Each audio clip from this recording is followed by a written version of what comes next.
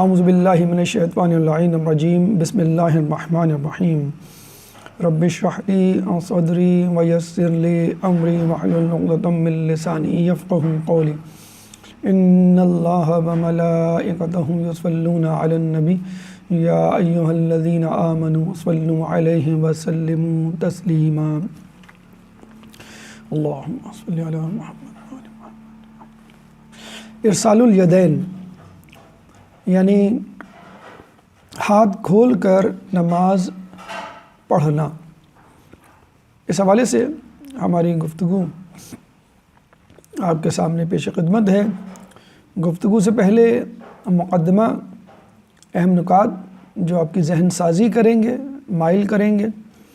اور اس موضوع کو سمجھنے میں آپ کی مدد کریں گے۔ اس کے بعد مسئلہ ارسال الیدین یعنی اہل سنت اہل تشیع کے درمیان یہ مسئلہ کس طرح دیکھا جاتا ہے، اس کی منظر کشی۔ تیسرے مرحلے میں دلائل اہل تشیع کی طرف سے کہ کس طرح ارسال الیدین عین اسلامی شرعی قرآن و سنت سے ثابت شدہ ہے، اور آخر میں کلام آخر۔ مقدمہ۔ ارسال الیدین غالباً سب سے واضح فرق ہے کہ جو نماز میں مشاہدے میں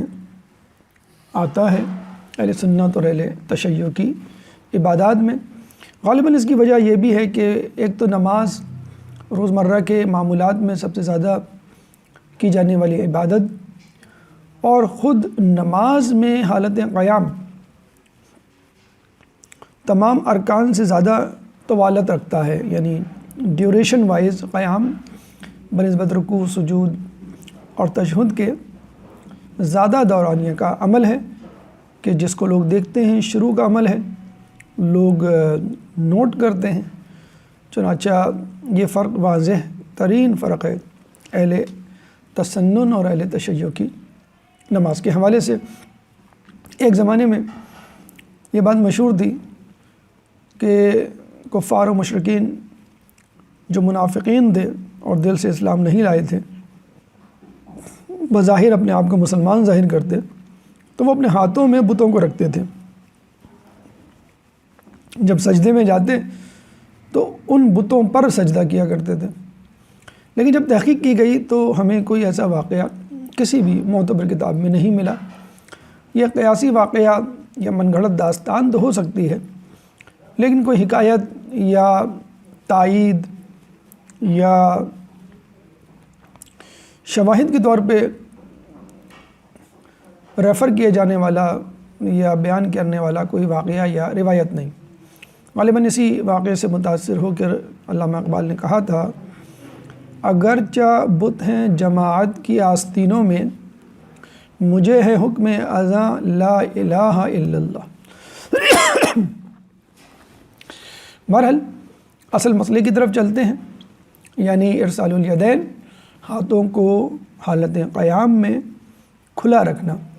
باندھنا نہیں۔ اہل سنت کے نزدیک ارسال الیدین صحیح نہیں،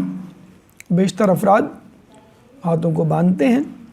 اہل تشیع میں یہ عین نماز اور حقیقت اسلام سے بالکل قریب ترین نماز کا طریقہ ہے۔ ائمہ اربعہ کی طرف اگر ہم رجوع کریں، ان کے نظریات کو معلوم کریں، تو امام ابو حنیفہ کے بارے میں ہے، وہ ناف کے نیچے ہاتھ باندھنے کے قائل تھے، اس طرح کہ سیدھا ہاتھ الٹے ہاتھ پر، یعنی سیدھے ہاتھ کی ہتھیلی الٹے ہاتھ کی ہتھیلی پر۔ امام شافعی اسی طرح ہاتھ باندھنے کے قائل مگر ناف کے اوپر۔ امام حنبل اسی طرح ہاتھ باندھنے کے حامی، لیکن سینے پر، نہ ناف کے نیچے نہ ناف کے اوپر، بلکہ ناف سے کافی اوپر، سینے کے لیول پر یا سینے کی سطح پر۔ امام مالک جو کہ مدینہ کے رہائشی، مدینہ میں پہلے پیدا ہونے والے عالم دین اور بعد میں امام اربع میں شامل ہونے والے ایک امام ہاتھ چھوڑ کر نماز پڑھنے کے قائل ہیں، حتیٰ کہ ہاتھ باندھنے کو دوران نماز وہ مکروہ سمجھتے ہیں۔ باقی تین امام ابو حنیفہ، شافعی، امام حنبل مدینہ سے سینکڑوں میل دور کے رہائشی تھے۔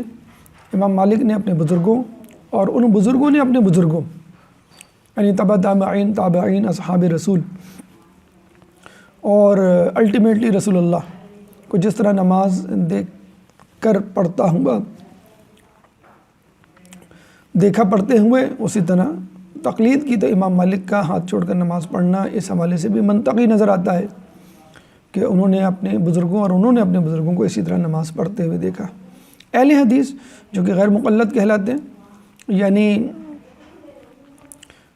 جو تقلید کے قائل نہیں ہیں، ان چاروں اماموں میں سے جن کو ہم اپنے ہاں اخباری گروہ کہا کرتے ہیں، جو کہ اخبار یعنی احادیث اور روایات پر عمل کر کے نظریہ سازی کرتے ہیں اور کسی مجتہد کی تقلید میں نہیں ہوتی، اسی طرح اہل سنت میں اہل حدیث وہ افراد ہیں کہ جو ان چاروں میں سے کسی کی تقلید نہیں کرتے، احادیث کی بنیاد پر قرآن کی تعویل، شریعت سازی پر یقین رکھتے ہیں۔ اہل حدیث کے نزدیک سینے پر ہاتھ رکھنا ضروری ہے، ہاتھ باندھ کر رکھنا ضروری ہے۔ چنانچہ اب چار ائمہ اور پانچواں گروہ اہل حدیث میں فقط امام مالک تنہا ہمیں نظر آتے ہیں کہ جو ضروری سمجھتے ہیں کہ ہاتھوں کو باندھا جائے نماز میں، جبکہ امام حنبل جو ہیں وہ اختیار دیتے ہیں کہ چاہے تو ایسا کریں تو چاہے نہ کریں۔ اب آئیں دلائل کی طرف کہ ہمارے کیا دلائل ہیں ارسال الیدین کے حوالے سے، کہ نماز میں کیا کرنا چاہیے، ہاتھ کھولنا چاہیے، باندھنا چاہیے، اور باندھنا کس طرح غلط ہے ہمارے نزدیک، اور کھولنا کس طرح قرآن و حدیث سے ثابت ہے۔ سب سے اہم بات نماز میں ہاتھ باندھنے کے حوالے سے، اور ایک اہم اعتراض ہماری طرف سے یہ ہے کہ وہ احادیث جو نماز میں ہاتھ باندھنے پر دلالت کرتی ہیں ان کی تعداد بہت قلیل ہے۔ کتابوں کے حوالے سے اگر ہم دیکھیں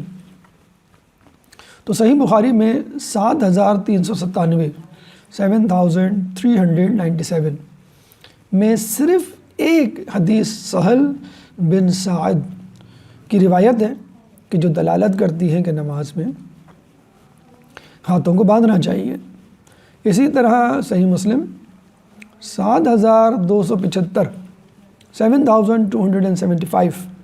میں ایک روایت وائل بن حجر کی ہے کہ جو دلالت کرتی ہے کہ نماز میں ہاتھ کو باندھنا چاہیے۔ احادیث کی مجموعی کتابوں کو ایک ساتھ لے لیں تو فقط ہمیں 10 روایات ملیں گی کہ جس میں ہاتھوں کو باندھنے کے حوالے سے ذکر موجود ہے۔ تو صحیح بخاری، صحیح مسلم کی 15,000 تقریباً احادیث میں فقط 2 روایات، اور کل کتابوں میں فقط 10 روایات۔ یہ تو تھا کتاب کے حوالے سے تجزیہ کہ کتنی احادیث موجود ہیں مجموعی طور پہ کتابوں میں۔ اب ہم راویان کے حساب سے دیکھیں کہ جو مشہور ترین راوی ہیں اہل سنت کے نزدیک، ان سے یہ روایت مروی نہیں، جو کہ ایک بہت حیرت انگیز بات ہے۔ حضرت ابو ہریرہ کے بارے میں ملتا ہے کہ 5374 5374 احادیث میں ایک حدیث بھی ہاتھ باندھنے کے حوالے سے ان سے مروی نہیں۔ حضرت انس بن مالک 2286 حدیث کے راوی، لیکن ہاتھ باندھنے کیا بلکہ الٹا ہاتھ کھولنے کے حوالے سے تو روایت ہے، لیکن ہاتھ باندھنے کے حوالے سے نہیں۔ جناب ام سلمہ و عائشہ سے 2210 روایات، حضرت جابر بن عبداللہ انصاری سے 1540 1540 روایات میں ایک روایت بھی ہاتھ باندھنے کی نہیں، جو کہ نہایت حیرت انگیز بات ہے۔ کتاب کے حوالے سے، راوی کے حوالے سے، دونوں جگہ ان روایات کا فقدان کہ جن میں ہاتھوں کو باندھنے کا حکم دیا گیا ہے۔ اگر ہم ان 2 روایات کی بات کریں، یعنی سہل بن سعد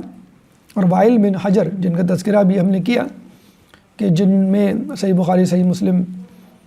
کے حوالے سے ہاتھ باندھنے کا حکم موجود ہے، ان روایات میں بھی کافی جرح یعنی تنقید ہے، اعتراضات ہیں۔ نمبر ایک، متن کے حوالے سے کہ متن واضح نہیں، متن کو پڑھ کر ریڈ کر کے گو تھرو کر کے ہم یہ ڈیسائیڈ نہیں کر سکتے کہ یہ روایت باندھنے پہ دلالت کرتی ہے، یعنی ابہام ہے، ویگ کنٹینٹ ہے۔ راوی، بہت سے راوی جو ہیں وہ گمنام ہیں، کچھ اتا پتہ نہیں ان کی سیرت، ان کی تاریخ، ان کا زمانہ، خاندان، سیرت، کردار وغیرہ۔ سند کے اعتبار سے بہت سارے راوی غائب ہیں، یعنی حدیث مرسل ہے۔ مرسل حدیث یعنی جس حدیث کے راویوں میں سے ایک یا ایک سے زائد راوی موجود نہ ہوں۔ تدلیس، علم حدیث میں تدلیس کے معنی یہ ہے کہ ایسی حدیث جو خلاف واقع ہو اور جھوٹ سے زیادہ قریب ہو، جس کو پڑھ کر انسان کو یقین نہ ہو کہ یہ رسول نے کہی۔ اس کی بہت ساری وجوہات بیان کی گئی ہیں، مثلاً کمی یا زیادتی کی گئی ہو اس کے متن میں جس سے وہ مشکوک ہو گئی ہو، مبہم ہو گئی ہو، ویگ ہو گئی ہو، خلاف واقعہ ہو کہ بات کوئی اور ہو رہی ہے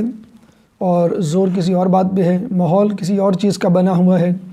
اور نقطہ کوئی اور بیان کیا جا رہا ہے۔ غیر معروف بعض اوقات راویان اس میں شامل ہوتے ہیں، چنانچہ ایسی حدیث کو تدلیس کے عنوان سے جانا جاتا ہے کہ اس حدیث میں تدلیس کی گئی ہے۔ جرح و تعدیل، یعنی جرح تنقید کو کہتے ہیں، تعدیل تائید کو یا توصیف تعریف کو کہتے ہیں۔ کچھ حدیث ایسی ہوتی ہیں کہ جو امر الہی کو، سنت رسول کو سپورٹ کرتی ہیں، تائید کرتی ہیں،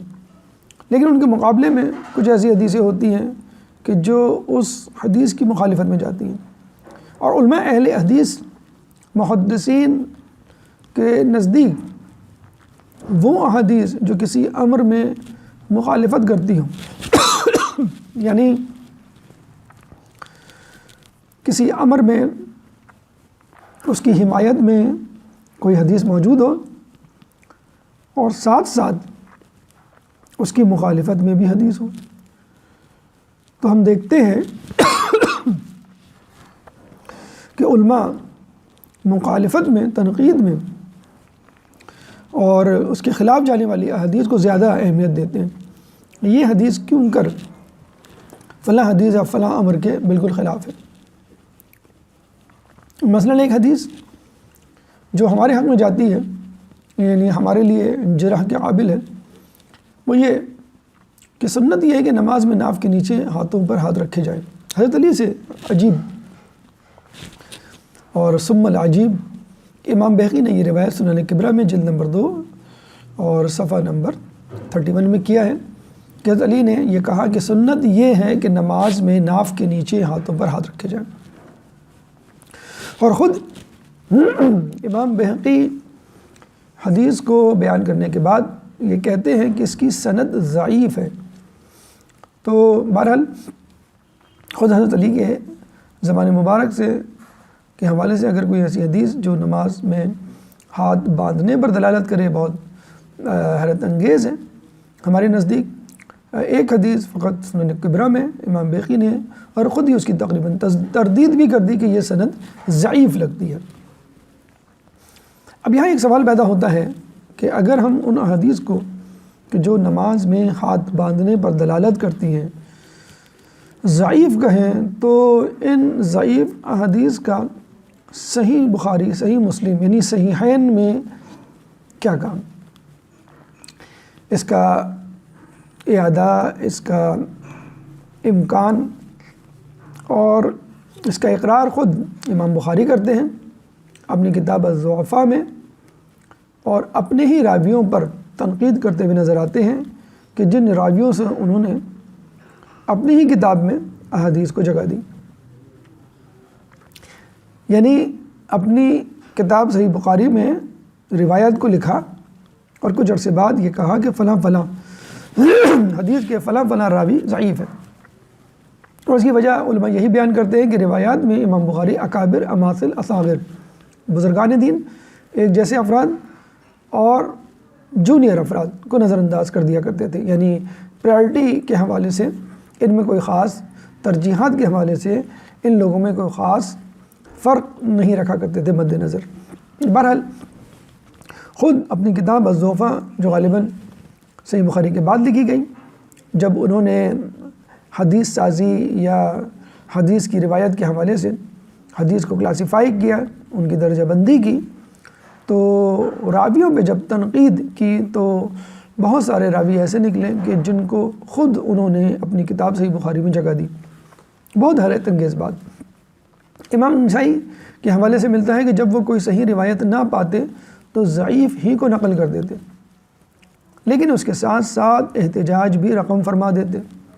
جیسے ہمیں بھی ملتا ہے کسی موضوع پہ ہمیں درس دینا ہے، مجلس پڑھنی ہے، مواد نہیں ملا اور قابل ذکر موضوع حدیث نہیں ملی، تو جو مل گیا ہم نے پڑھ دیا۔ تو امام نسائی کا بھی یہ طریقہ تھا، سنن نسائی جلد نمبر 1 صفحہ نمبر 13 میں یہ بات درج ہے۔ امام حنبل کا بھی یہی طریقہ تھا، لیکن وہ راویوں کے ضعیف ہونے کی نشاندہی ساتھ ساتھ کر دیا کرتے تھے،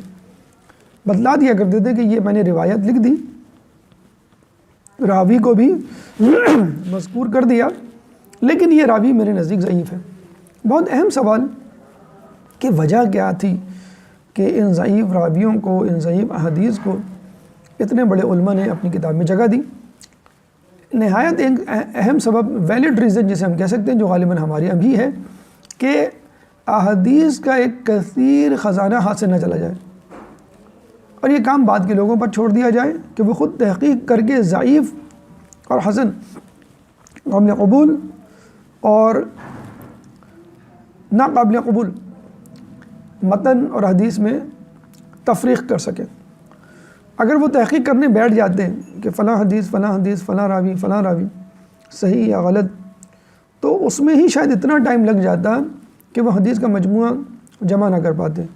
اس زمانے میں احادیث کو ڈھونڈنا بہت مشکل کام تھا، کتابوں کی اشاعت نہیں ہوا کرتی تھی، ہاتھوں سے لکھی جاتی تھی کتابیں، بہت سی کتابیں بہت سے علماء کے پاس ہوا ہی نہیں کرتی تھی۔ خود احادیث کے راویان سے ملنے کے لیے مہینوں کا سفر کیا جاتا اور پھر جا کر ان کی زبان سے وہ حدیث سنی جاتی۔ چنانچہ انہوں نے یہ کہا کہ ہماری ایک زندگی میں یہ کام ممکن نہیں ہے، تو یہ کام ہم آگے کے لوگوں پہ چھوڑ دیتے ہیں۔ فی الحال جتنا ممکن ہے، یہ بات بھی نہیں کہ تحقیق بالکل نہیں تھی، جتنی تحقیق ممکن ہے اس مختصر سی زندگی میں، مختصر سی سہولیات میں ہم کر رہے ہیں، اس کے بعد آنے والے لوگوں پر ہم چھوڑ دیتے ہیں کہ وہ خود تحقیق کریں اور ہماری کتابوں سے صحیح اور غلط، من گھڑت اور محقق شدہ حدیثوں کو قابل استعمال سمجھ کر شریعت کو مدون کریں، متعین کریں امور الہی کو۔ لیکن بات صحیح ہے، سبب بھی ٹھیک ہے، یہ ہمارے یہاں بھی کہا جاتا ہے کہ یعقوب کلینی نے مثلا، شیخ صدوق نے مثلا، خواجہ طوسی نے اور دیگر افراد نے کتابوں کو اس طرح ترتیب دیا کہ جو حدیث مل گئی، جس حد تک تحقیق ممکن ہوئی آپ نے لکھ دی اور بعد کے علماء بھی یہ کام چھوڑ دیا۔ لیکن اہل سنت کے نزدیک ایک مسئلہ جو کھڑا ہو گیا وہ یہ کہ آگے چل کر ان من گھڑت حدیثوں اور ضعیف راویوں کی بنیاد پر حکومتوں کی پروردگی میں، ان کے سایہ عاطفت میں عقیدت کا رنگ زیادہ حاوی آ گیا تحقیق پر۔ چنانچہ اگر کوئی تحقیق کی گئی تو حکومت وقت کی طرف سے بنو امیہ، بنو عباس مثلاً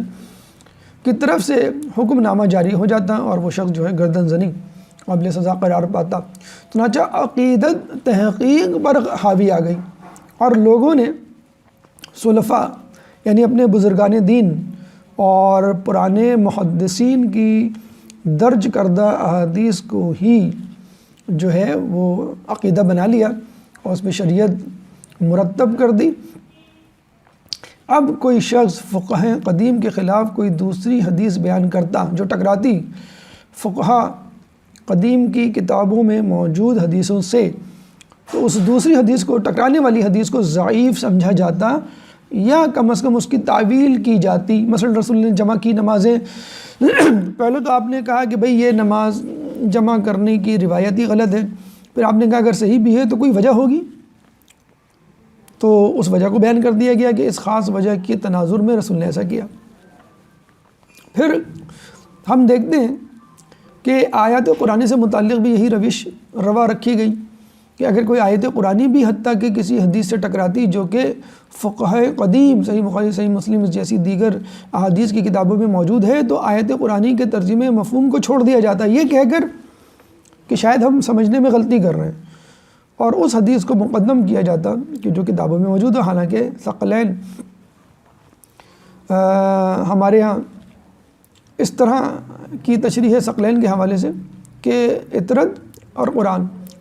امام جعفر صادق علیہ السلام سے جب پوچھا گیا کہ اگر ان دونوں میں ٹکراؤ ہو تو کیا کریں، تو امام نے کہا کہ تم ثقل اکبر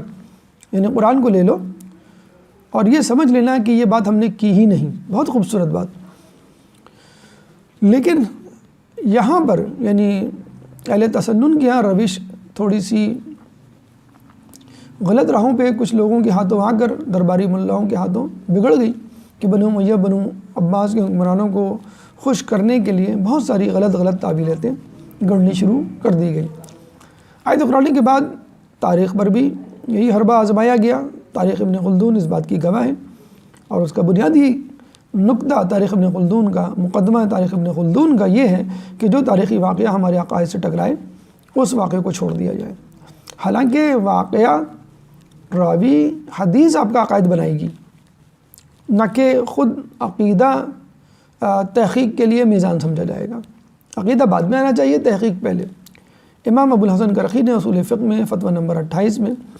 یہ نظریہ پیش کیا، اور یہ نظریہ بہت زیادہ مقبول ہوا کہ جو بھی حدیث یا قرآن کی آیت کا مفہوم ہمارے عقیدے کے خلاف جائے گا ہم اس کو قبول نہیں کریں گے۔ اب مسئلہ یہ ہے کہ قرآن کا عقیدہ، آپ کا عقیدہ کس نے بنایا، یہ ایک بہت بڑا سوالیہ نشان ہے، ایک الگ بحث۔ جرح و تعدیل کے حوالے سے جیسے ہم نے کہا کہ اگر کسی حدیث پہ جرح ہوتی ہے، تنقید ہوتی ہے، مخالفت میں کوئی بات ہوتی ہے، اور اس کے مقابلے میں بہت ساری دیگر احادیث ہیں جو اس کی تائید کرتی ہیں، تو ہمیں جرح کرنے والی، تنقید کرنے والی، مخالفت کرنے والی احادیث کو لینا ہے، اس پہ خوب بحث مباحثے کے بعد حدیث کا مفہوم اخذ کرنا ہے۔ رسول اکرم صلی اللہ علیہ وآلہ وسلم کے حوالے سے ابو ہریرہ صحیح مسلم، سنن ترمذی دونوں میں جلد نمبر 2 صفحہ نمبر 117، صحیح مسلم میں جلد نمبر 1 صفحہ نمبر 170 سنن ترمذی میں ابو ہریرہ سے مروی ہے کہ رسول اللہ نے ہمیں پیٹ پر ہاتھ رکھ کر نماز پڑھنے سے منع فرمایا۔ بہت واضح حدیث جو کہ ڈسکارڈ کر رہی ہے اور ڈس اون کر رہی ہے رسول اللہ سے اس بات کو کہ رسول اللہ نے کبھی ہاتھ باندھ کے نماز پڑھی ہو، لیکن چونکہ یہ حدیث عقیدے سے ٹکرا رہی ہے چنانچہ اس حدیث کو نہیں لیا جاتا، اور یہ حدیث جو ہے مشہور ہونے کے میزان سے بھی گر جاتی ہے۔ اسی طرح کی ایک حدیث، ایک دفعہ ایک شخص حضرت عبداللہ بن عمر کے ساتھ نماز پڑھ رہا تھا، زیاد بن صبیح، اس نے نماز میں ہاتھ باندھا، عبداللہ بن عمر نے ہاتھ مار کر اشارہ کیا کہ ہاتھ نہ باندھو، اس نے ہاتھ کھول دیے۔ نماز کے بعد پوچھا کہ آپ نے ایسا کیوں کیا، تو آپ نے کہا کہ رسول اللہ ہاتھ کھول کے نماز پڑھتے تھے۔ یہ روایت زیاد بن صبیح سے 2 کتابوں میں موجود ہے، سنن نسائی جلد نمبر 1 صفحہ نمبر 302، سنن ابو داؤد جلد نمبر 1 صفحہ نمبر 348۔ تو جرح تعدیل کی بہت ساری مثالیں تاریخ میں موجود ہیں، احادیث کی کتابوں میں مذکور ہیں، لیکن 2 مثالوں پہ ہم اکتفا کرتے ہیں، اس بات کی طرف توجہ دلاتے ہوئے کہ اگر کسی مشہور بات کی مخالفت میں بھی کوئی ایک آدھ حدیث موجود ہو جو واضح طور پہ اس کے خلاف ہو تو اس کو کنسیڈر کرنا چاہیے، اس پہ تحقیق کرنی چاہیے اور اصل مفہوم تک پہنچنا چاہیے، اور تحقیق قیامت تک جاری رہنی چاہیے، اور اس کا تعلق عقیدے سے اس طرح ہونا چاہیے کہ تحقیق کے بعد عقیدہ بنے، نہ کہ عقیدہ تحقیق کو منظم اور مرتب کرے۔ آئیے قرآن میں دیکھتے ہیں کہ ہاتھ باندھنے کے حوالے سے اللہ تعالیٰ کیا اشارے کرتا ہے، اور ہاتھ باندھنے کو اللہ تعالیٰ کیسے دیکھتا ہے، معاشرے میں اس پر کس طرح نظر کی جاتی ہے۔ قرآن سورہ مائدہ آیت نمبر 64 اللہ فرماتا ہے وَقَالَتِ الْيَهُودُ يَدُ اللَّهِ مَغْلُولَةٌ غُلَّتْ أَيْدِيهِمْ وَلُعِنُوا بِمَا قَالُوا بَلْ يَدَاهُ مَبْسُوطَتَانِ يُنْفِقُ كَيْفَ يَشَاءُ۔ اور یہودیوں نے کہا کہ اللہ تعالیٰ کے ہاتھ بندھے ہوئے ہیں، انہی کے ہاتھ بندھے ہوئے ہیں۔ اللہ کہہ رہا ہے تمہارے ہاتھ بندھے ہوئے، میرے تھوڑی۔ اور ان کے اس قول کی وجہ سے ان پر لعنت کی گئی، بلکہ اللہ تعالیٰ کے دونوں ہاتھ کھلے ہوئے ہیں، وہ جس طرح چاہتا ہے خرچ کرتا ہے۔ یعنی ہاتھ باندھنا کنجوسی، بخل کی علامت ہے۔ ہاتھ کھلا ہونا سخاوت اور کریم ہونے کی نشانی ہے۔ اوورآل جو ہاتھ باندھنے سے تصویر انسان کی ابھرتی ہے کہ وہ مجبور و لاچار یا کم از کم بخیل اور کنجوس ہے۔ اسی طرح اگر ہم یہ کہیں کہ کسی کے سامنے کھڑا ہوا جائے تو ہاتھ باندھ کے، تو اس حوالے سے بھی سورہ بنی اسرائیل کی آیت نمبر 24 ہمیں گائیڈ کرتی ہے وَاخْفِضْ لَهُمَا جَنَاحَ الذُّلِّ مِنَ الرَّحْمَةِ، اور ان کے لیے کن کے لیے؟ والدین کے لیے خاکساری کے ساتھ اپنے کاندھوں کو جھکا دو، یعنی ان کے لیے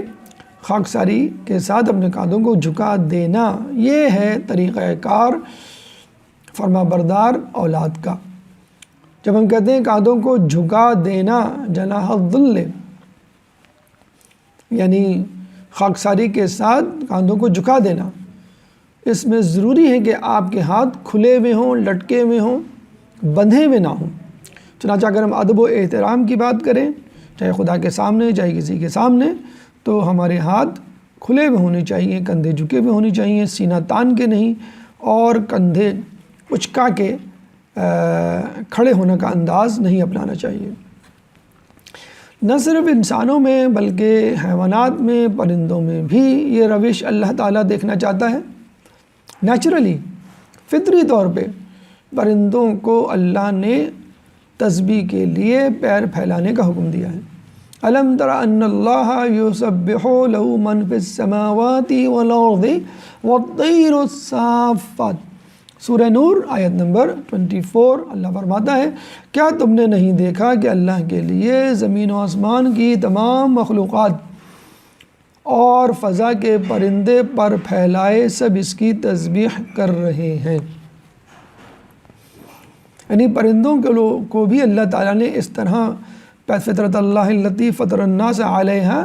کہ اللہ تعالیٰ نے انسان کو فطرت پہ پیدا کیا ہے، نیچرل ٹینڈنسی اور نیچرل مومنٹم، نیچرل کنفارمیٹی لیے پیدا کیا ہے۔ اسی طرح پرندوں کو بھی نیچرل وے میں عبادت کا کہا گیا ہے، اور نیچرل وے میں عبادت کیا ہے؟ پر پھیلائے ہوئے اللہ کی عبادت یا اللہ تعالیٰ کی تسبیح کرنا۔ اللہ تعالیٰ یہی چیز انسانوں میں بھی دیکھنا چاہتا ہے۔ قرآن کے بعد احادیث کی طرف چلتے ہیں اور یہ دیکھتے ہیں کہ احادیث میں سنت رسول، قول رسول، افعال رسول ہم سے کیا تقاضا کرتے ہیں، اور لوگوں کا کیا مشاہدہ رہا رسول کے زمانے میں، کیا تحقیق رہی رسول کے بعد کہ نماز میں ہاتھ کو کھولنا چاہیے یا بند۔ لیکن اس سے پہلے دو اہم آیات جو حدیث کی طرف رہنمائی کرتی ہیں، جو سنت رسول کی اہمیت کو اجاگر کرتی ہیں، مسئلے کو سمجھ میں نہ آنے کی صورت میں قرآن سے سنت کی طرف آپ کو مرتکز کرتی ہیں کہ اگر تم کو قرآن سمجھ میں نہ آئے، قرآن سے مسئلہ اخذ نہ کر سکو، تو رسول کی طرف رجوع کرو۔ فاذکروا اللہ کما علمکم ما لم تکونوا تعلمون، سورہ بقرہ آیت نمبر 239۔ اس طرح ذکر خدا کرو جس طرح اس نے تمہاری لا علمی میں تمہیں بتا دیا، علمکم سمجھا دیا، بتا دیا، ڈسکلوز کر دیا۔ کیسے؟ رسول کے ذریعے، سیرت رسول کے ذریعے، افعال رسول کے ذریعے، روز و شب رسول کے جس طرح تمہارے سامنے ہوتے ہیں عبادات کے طور طریقے، ان کو دیکھتے ہوئے اپنی عبادات کو درست کرو۔ اور یہ بہترین طریقہ ہے، کیونکہ اللہ تعالیٰ کی احادیث کے مطابق باتیں کبھی ختم نہیں ہو سکتی، چاہے دریا جو ہے سیاہی بن جائیں، درخت جو ہیں وہ قلم بن جائیں، اور پتے جو ہیں ورق بن جائیں۔ تمام باتیں، اللہ کی تسبیحات، اللہ کی توصیفات قرآن میں سموئی نہیں جا سکتی۔ چنانچہ تفصیل دیکھنی ہو تو رسول کی سنت کی طرف نگاہ کرو۔ اجمالی طور پہ قرآن حاضر ہے، اکمالی طور پہ سنت رسول۔ خلاصہ قرآن کی صورت میں، نکات کی شکل میں، اور تفصیل رسول کی صورت میں، اور ان کے طور طریقے تمہارے لیے واضح طور پہ رہنمائی کرتے ہیں۔ ایک اہم حدیث جو ہر اس بات کو ثابت کرتی ہے جو قرآن میں تو نہیں لیکن حدیث سے ثابت ہے، سورہ حشر آیت نمبر 7۔ سورہ حشر قرآن کا 59واں سورہ ہے، چیپٹر 59 ورس 7۔ وما آتاکم الرسول فخذوہ وما نہاکم عنہ فانتہوا، اور جو کچھ بھی رسول اللہ تمہیں دے دیں اسے لے لو، اور جس چیز سے منع کر دیں اس سے رک جاؤ۔ ایک صحابی کے بارے میں ملتا ہے، وہ کوئی پھل کھا رہے تھے، لوگوں نے کہا بھئی اس پھل کا ذکر قرآن میں کہاں ہے؟ یہ پھل تو کہیں نہیں ہے، جس کا نام لے کر قرآن میں اللہ نے کہا ہو اسے ثابت کرو قرآن سے۔ انہوں نے کہا میں قرآن سے بالکل ثابت کر سکتا ہوں۔ انہوں نے کہا کیسے، اس کا نام تو نہیں ہے؟ تو ان صحابی نے کہا وما آتاکم الرسول فخذوہ، جو کچھ رسول تمہیں دے اسے لے لو، میں نے رسول کو خود کھاتے ہوئے دیکھا ہے اس پھل کو۔ بس سنت رسول اس بات کی گواہ ہے کہ وہ عمل یا وہ پھل جو ہے کھانا جائز ہے۔ اور پھر جب رسول خود کہہ گئے خصوصی طور پہ نماز کے لیے، صلو کما رأیتمونی صلی،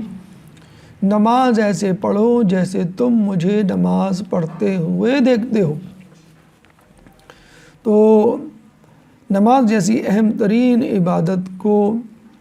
ہمیں سرسری طور پر نہیں ادا کرنا چاہیے، اور رسول کی سیرت کی طرف توجہ مرکوز کرتے ہوئے حرکات و سکنات اور اذکار کو بہت قریب سے مشاہدہ کرتے ہوئے تحقیق کے ساتھ، خوب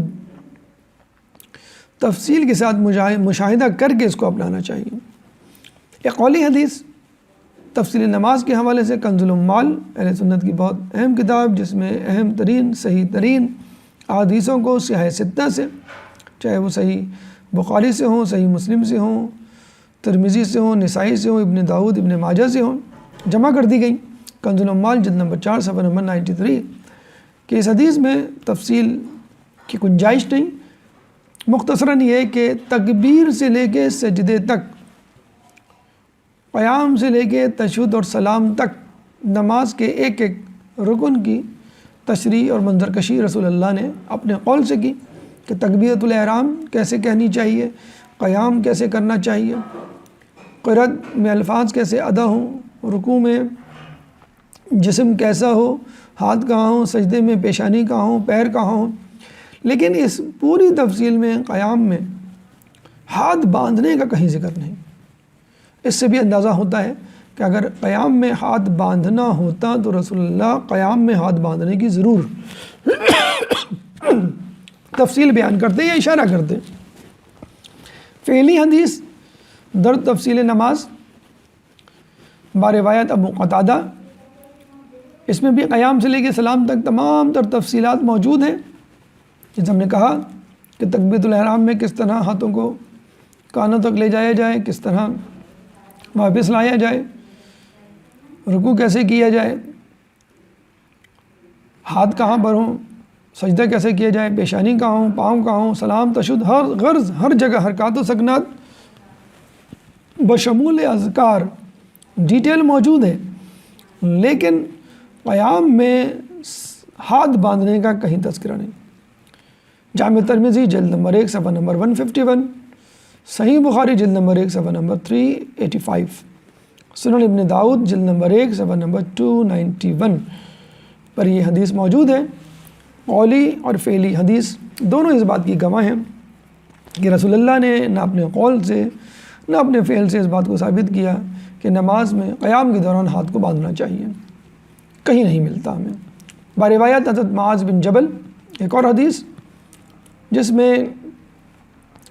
آپ فرماتے ہیں کہ جب رسول اللہ صلی اللہ علیہ وآلہ وسلم نماز پڑھنے کے لیے کھڑے ہوتے تو تکبیر کہتے وقت کانوں تک ہاتھ بلند کرتے اور پھر ان کو کھلا چھوڑ دیتے۔ فتاوی شیخ عبدالحی حنفی میں جلد نمبر 1 صفحہ نمبر 326 بحوالہ طبرانی یہ حدیث موجود ہے جرح و تعدیل کے حوالے سے۔ اس حدیث کی بنیاد پر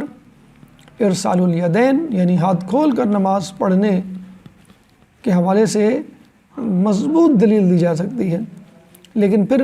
ہم وہی بات کہیں گے کہ جب عقیدہ تحقیق پر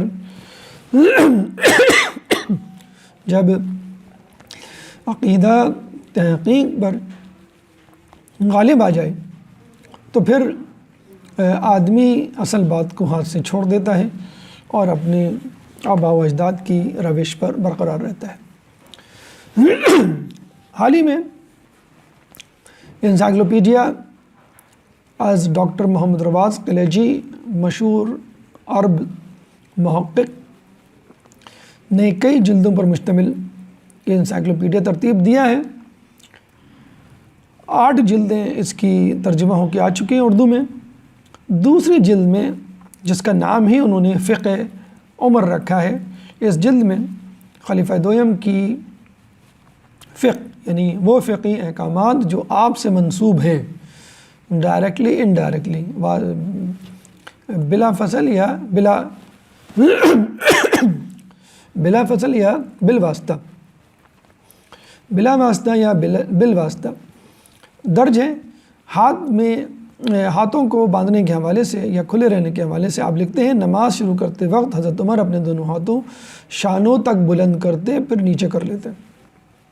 یعنی خود حضرت عمر اس بات کے قائل تھے کہ نماز میں قیام کے دوران ہاتھوں کو کھلا چھوڑنا چاہیے۔ اسی طرح عبدالعزیز بن باز سعودی عرب کے بہت مشہور عالم دین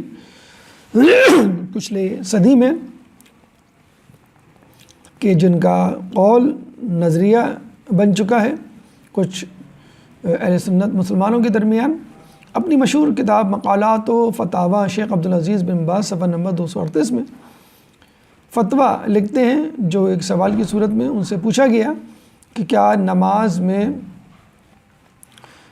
قرآن کو دیکھ کے پڑھ سکتے ہیں، جیسے کہ عموماً ماہ رمضان میں اس کی ضرورت پیش آتی ہے اہل سنت میں تراویح کے دوران۔ تو آپ نے ایک حدیث کوٹ کی جس کا تعلق حضرت عائشہ کے طریقہ کار سے تھا کہ حضرت عائشہ اپنے زمانے میں اپنے غلام ذکوان کی اقتداء میں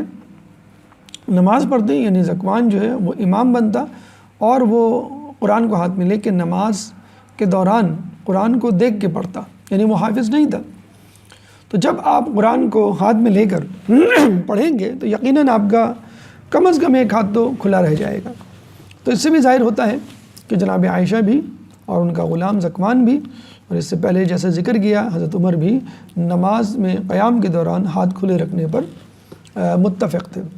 اس کے بعد سید التابعین، تابعین وہ افراد جنہوں نے اصحاب کو دیکھا ہو، جس طرح اصحاب وہ افراد جنہوں نے رسول اللہ کو دیکھا ہو، تبع تابعین جنہوں نے تابعین کو دیکھا ہو۔ بہرحال تابعین جنہوں نے رسول کو دیکھا ہو ان میں جو اہم ترین تابعی ہیں امام حسن بصری، جن کو سید التابعین بھی کہا جاتا ہے، یعنی تابعین کے سردار، بہت مشہور عالم دین، بہت مشہور عارف، اہل سنت کے نزدیک امام حسن بصری خلیفہ دویم کے زمانے میں پیدا ہوئے، بلکہ یہ بھی کہا جاتا ہے کہ حضرت عمر نے ان کی تحنیک کی، یعنی شہد چٹایا، اور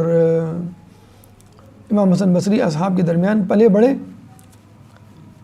فقہ انسائکلوپیڈیا جس کا تذکرہ بھی ہم نے کیا، جس کی دوسری جلد کو فقہ عمر سے منسوب کیا گیا، اسی فقہ انسائکلوپیڈیا کو ڈاکٹر محمد رواز قلیجی جب آگے بڑھاتے ہیں تو 8ویں جلد کو امام حسن بصری سے منسوب کرتے ہیں، جلد نمبر 8 فقہ امام حسن بصری کے حوالے سے جو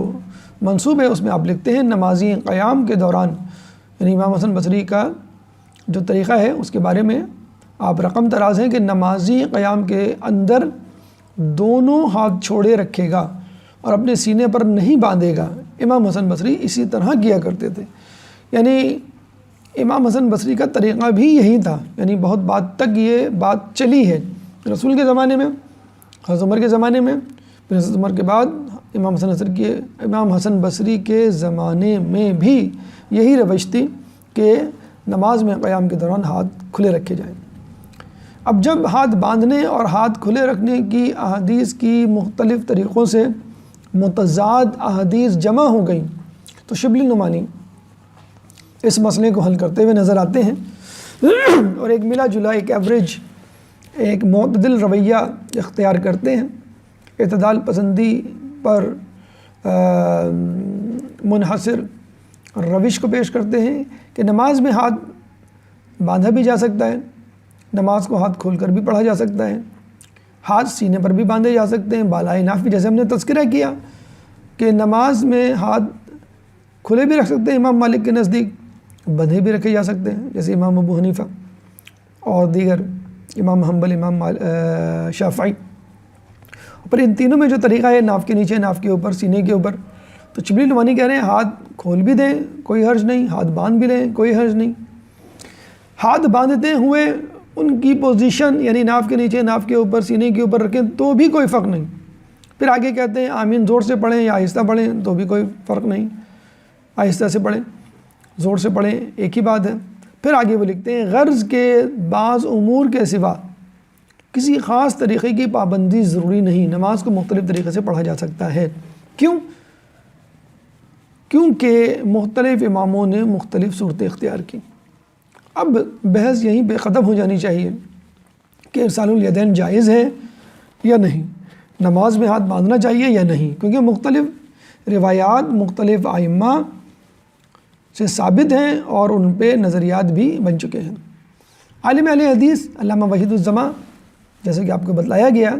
اہل حدیث کے بہت بڑے عالم مفسر، ہدیۃ الہدیٰ نامی کتاب جلد نمبر 4 صفحہ نمبر 126 میں فرماتے ہیں کہ جس نے ہاتھ کھول کر نماز پڑھنے کو رافضیوں کا طریقہ قرار دیا اس نے خطا کی۔ ابھی ہم آگے دیکھیں گے جس میں تفصیل آئے گی کہ آہستہ آہستہ باقی تمام لوگوں نے ہاتھ کھول کر نماز پڑھنے کو چھوڑ دیا سوائے رافضیوں یعنی اہل تشیع کے شیعہ حضرات نے۔ تو یہ کہتے ہیں کہ اگر آپ یہ سمجھتے ہیں کہ نماز کھولنا فقط شیعوں سے منسوب ہے، اہل سنت میں کوئی گروہ، مکتب یا افراد نہیں، تو یہ آپ کی غلطی ہے۔ یہ دونوں جگہ ثابت ہے جیسے کہ ہم نے عرض کیا۔ اس کے علاوہ علامہ شاہ اسماعیل شہید دیوبندی برصغیر کے نامور مشہور عالم دین کہتے ہیں کہ حکم تو ہاتھ کھولنے کا ہی ہے، یعنی اصلی حکم کے مطابق ہاتھ کو کھولنا چاہیے، اور یہی حکم زمانہ رسالت میں مشہور تھا، مگر یہ فعل رافضیوں کے مشابہ ہونے کی وجہ سے مذہب حنفیہ کے پیروکاروں نے چھوڑ دیا، بس اس فعل پر باقی نہ رہے سوائے شیعہ۔ کتنا واضح طور پہ حقیقت سے انہوں نے پردہ کشائی کی ہے، لب کشائی کی ہے کہ اصل حکم ہاتھ کھولنے کا ہے، اور یہی رسول اللہ سے بھی ثابت ہے، لیکن آہستہ آہستہ باقی لوگوں نے، خصوصی طور پہ امام ابو حنیفہ کے پیروکار نے اس بات کو چھوڑ دیا۔ اب یہ چیز اتنی اجنبی بن گئی ہے اہل سنت کے نزدیک کہ جب وہ اہل تشیع کو دیکھتے ہیں تو وہ سمجھتے ہیں کہ شاید مسلمانوں میں فقط اہل تشیع ہی نماز میں ہاتھ باندھ کر اس کو ادا کرتے ہیں۔ چلتے چلتے نماز میں ہاتھ باندھنے کی تاریخ اور اس کے پیچھے علت کو بھی دیکھتے چلیں۔ کہتے ہیں حاکم شام کے زمانے میں جب آپ کی شان و شوکت کا چرچا ہوا، خلیفہ دویم کی آپ سے ملاقات ہوئی، جب آپ نے پوچھا کہ ایسا کیوں ہے کہ میں تمہیں بہت زیادہ شان و شوکت میں مبتلا دیکھتا ہوں، تو آپ نے جواب دیا کہ چونکہ فارس اور روم کی رسومات، فارس اور روم کی حکومت میرے آس پاس ہیں، چنانچہ میں ضروری سمجھتا ہوں کہ اپنی شان و شوکت سے فارس و روم کو مرعوب کروں، اس لیے میں جاؤ حشمت شان و شوکت کے ساتھ زندگی گزارتا ہوں۔ اور فارس و روم کی سرحدوں کے شام سے ملنے کی وجہ سے وہاں کی رسومات بھی مسلمانوں میں داخل ہو گئیں، جیسے ہم دیکھتے ہیں ہندوؤں کی رسومات مسلمان جو کہ برصغیر میں رہتے ہیں ان میں شامل ہو گئیں۔ تو وہ کہتے ہیں کہ اس زمانے میں فارس و روم کے غلام اپنے بادشاہوں کے سامنے ہاتھ باندھ کر کھڑے ہوتے تھے، اور جب پوچھا جاتا تھا بھی ایسا کیوں، تو وہ کہتے تھے کہ یہ ہمارے بادشاہ ہیں، ہم عزت کی خاطر ان کی عظمت کو قبول کرتے ہوئے اور اپنی تحقیر کرتے ہوئے اپنے ہاتھ باندھ لیتے ہیں کہ ہم آپ کے سامنے مجبور و لاچار ہیں اور ہم آپ کے حکم کے تابع ہیں، اور آپ کے حکم کے سوا کسی کی بات سننے کے روادار نہیں اور نہ اختیار رکھتے ہیں۔ چنانچہ اس کے بعد درباری ملاؤں نے اپنا قیاس کیا اور یہ سوچنا شروع کیا کہ جب دنیا کے بادشاہ کے سامنے لوگ ہاتھ اس لیے باندھتے ہیں کہ اپنی تحقیر کریں اور بادشاہ کی عظمت و جلالت کو قبول کریں، تو ایک مسلمان بادشاہوں کے سامنے کھڑا ہوتا ہے، اس کو تو بدرجہ اولیٰ اس بات کو مقدم رکھنا چاہیے اور اپنے ہاتھوں کو باندھنا چاہیے تاکہ وہ خدا کی عظمت و جلالت کے سامنے گواہی پیش کر سکے کہ میں بہت ہی مجبور و لاچار ہوں۔ چنانچہ اس کے بعد سے نماز میں ہاتھ باندھنے کی بدعت کی ابتدا ہوئی اور لوگوں نے ہاتھ باندھنا شروع کیا۔ امام ابن حمزہ کی بدعات بالسنہ میں صفحہ نمبر 265 میں یہ درج ہے کہ سب سے پہلے ہاتھ باندھ کر نماز معاویہ کے دور میں پڑھی گئی۔ اس کے بعد صحیح بخاری جلد نمبر 1 صفحہ نمبر 356 سہل بن سعد سے یہ روایت ہے کہ لوگوں کو حکم دیا جاتا تھا تاکہ اپنے دائیں ہاتھ کو بائیں ہاتھ کی کلائی پر رکھیں، یعنی باقاعدہ حکم دے کے ایک درباری یا جسے کہتے ہیں کہ حکومتی رٹ جو ہے لوگوں پر مسلط کی جاتی تھی۔ ہمارے ہاں ائمہ کی طرف سے سختی سے ممانعات ہیں۔ امام محمد باقر علیہ السلام فروع کافی جلد نمبر 2 صفحہ نمبر 50 میں فرماتے ہیں جب نماز کے لیے کھڑے ہوں تو داہنے ہاتھ کو بائیں ہاتھ پر نہ رکھو، کیونکہ یہ فعل مجوس ہے، یعنی آگ کو پوجا کرنے والوں کا، آتش پرستوں کا یہ فعل ہے کہ وہ ہاتھ باندھ کے کھڑے ہوتے ہیں۔ چنانچہ اسلام کے علاوہ بھی یہ فعل مشرکین سے مشابہ ہے۔ چنانچہ نماز میں کھڑے ہو تو ہاتھ چھوڑ کے کھڑے ہوں، یہ ائمہ اہل بیت فقہ جعفریہ کا عندیہ ہے، نظریہ ہے حکم الہی کے عین مطابق۔ کلام آخر میں الباری شرح بخاری جلد نمبر 1 صفحہ نمبر 554، شرح مسلم امام نووی کی شرح جلد نمبر 2 صفحہ نمبر 20 میں آپ ایک حدیث رقم کرتے ہوئے فرماتے ہیں مطرف بن عبداللہ نامی شخص نے جب امام علی کے پیچھے نماز پڑھی، جو اس سے پہلے نہیں پڑھا کرتا تھا آپ کے پیچھے نماز، تو جب آپ نے نماز ختم کی تو اس نے کہا بخدا آپ نے یعنی مولا علی نے مجھے حضرت کی نماز کی یاد دلا دی۔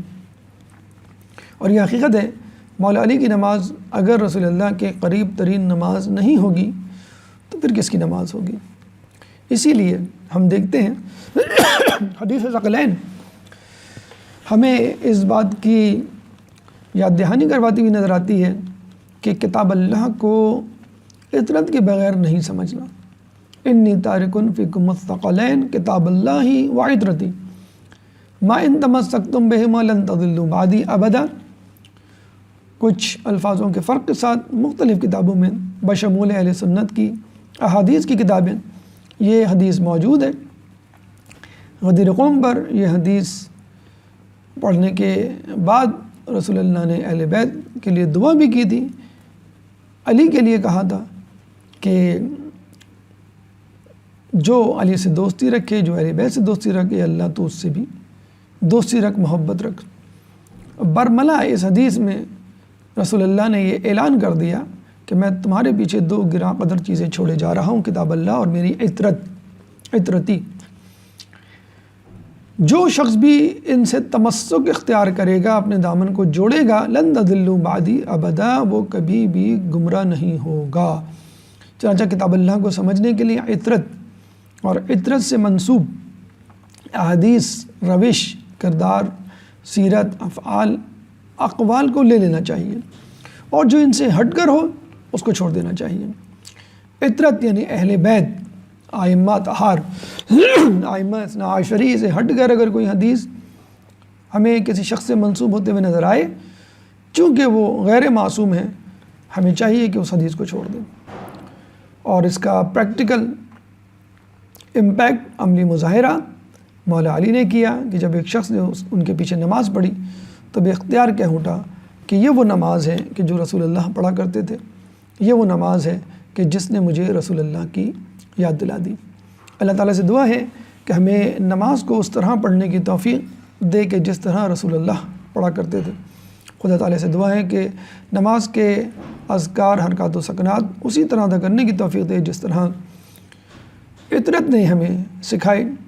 تعلیمات اہل بیت کو سمجھنے، اس پہ عمل کرنے کی توفیق عطا فرما۔ دین کی فہم و فراست عطا فرما۔ تعلیمات اہل بیت کو دنیا کے کونے کونے پر